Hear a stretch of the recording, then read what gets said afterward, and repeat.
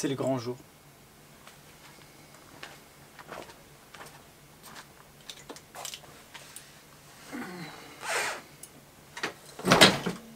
Pour ceux qui débarquent sur la chaîne, il s'agit du premier démarrage d'un XJR 1200 de 95 après une réfection moteur un petit peu douteuse.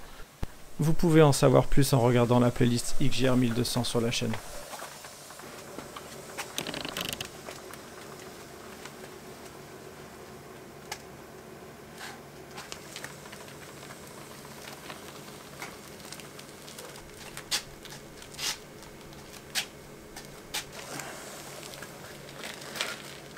Elle est pas légère. Quand on fait un premier démarrage, c'est important de le faire avec style. Les crocs, c'est surtout un argument sécurité.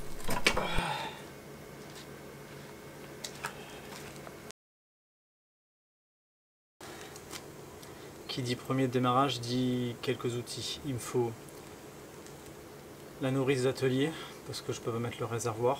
Je vais prendre l'outil de synchronisation que je vais brancher direct, comme ça au moins les 4 pipes d'admission sont bouchées. Et je pourrais le régler tout de suite à la volée. Quelques tournevis. Je vais me sortir le tuyau d'arrosage au cas où. Et après c'est tout. De l'essence. On va faire couler dans le carbu, vérifier que ça ne fuit pas.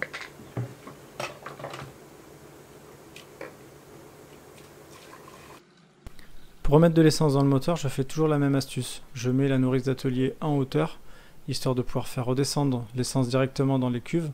Et ensuite, je descends la nourrice d'atelier pour que ce soit les carbus qui aspirent dans la nourrice, comme si c'était un réservoir classique. Regardez qu'il n'y ait pas de fuite.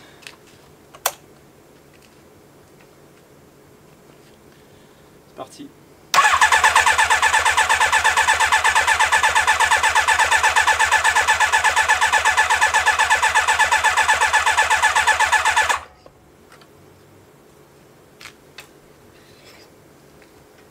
Si les flotteurs et les pointeaux font leur taf dans les cuves de carbu, logiquement le niveau d'essence ne doit plus baisser une fois qu'ils sont pleins.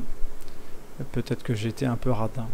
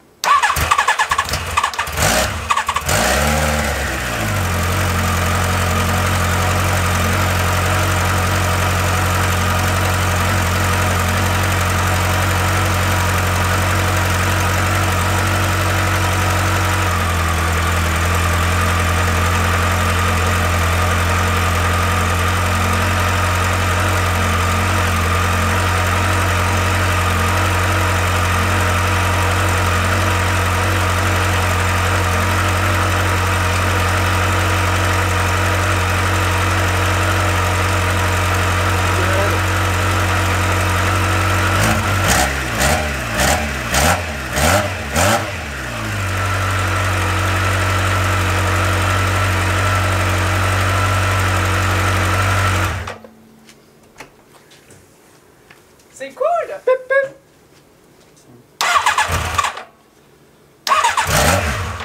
Faut que je la règle.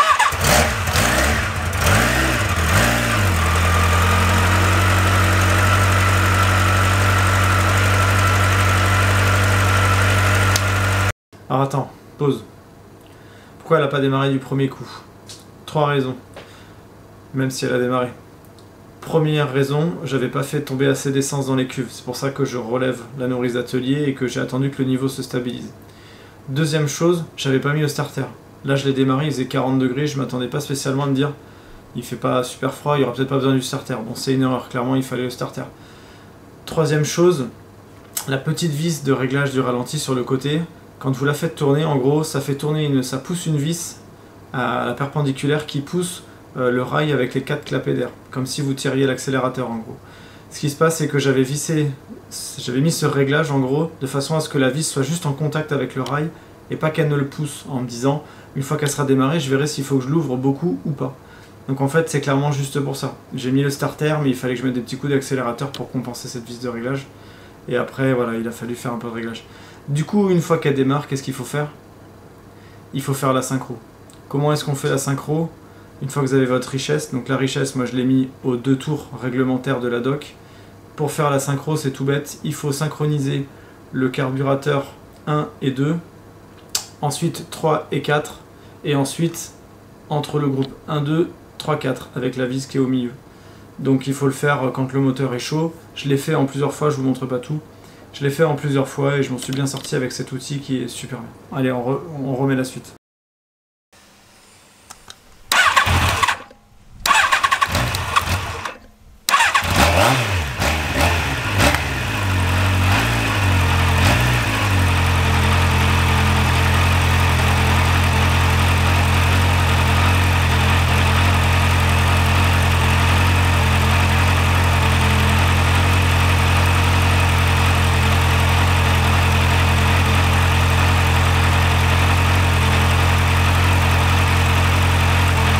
Bon allez, je vous épargne tout le réglage de la synchro qui m'a pris quand même un petit moment.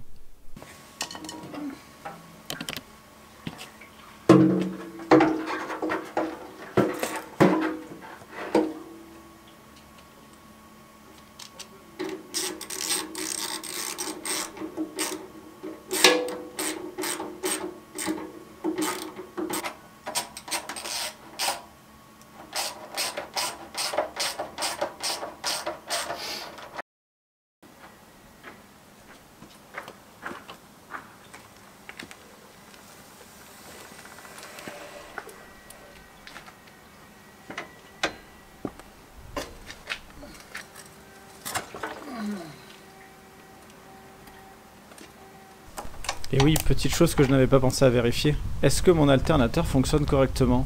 J'ai jamais vérifié. Préparer le multimètre. 12,95. En gros moteur tournant, il faut qu'il donne un peu plus que 14 volts. Mettre de l'essence.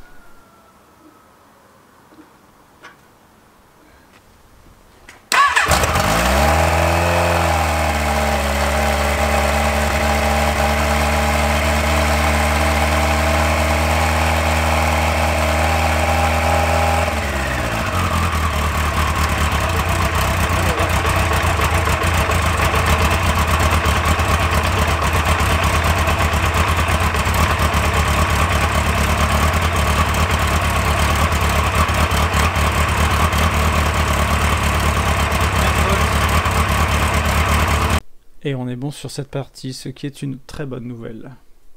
Ce mélange gris et bleu là, c'est vraiment dégueulasse.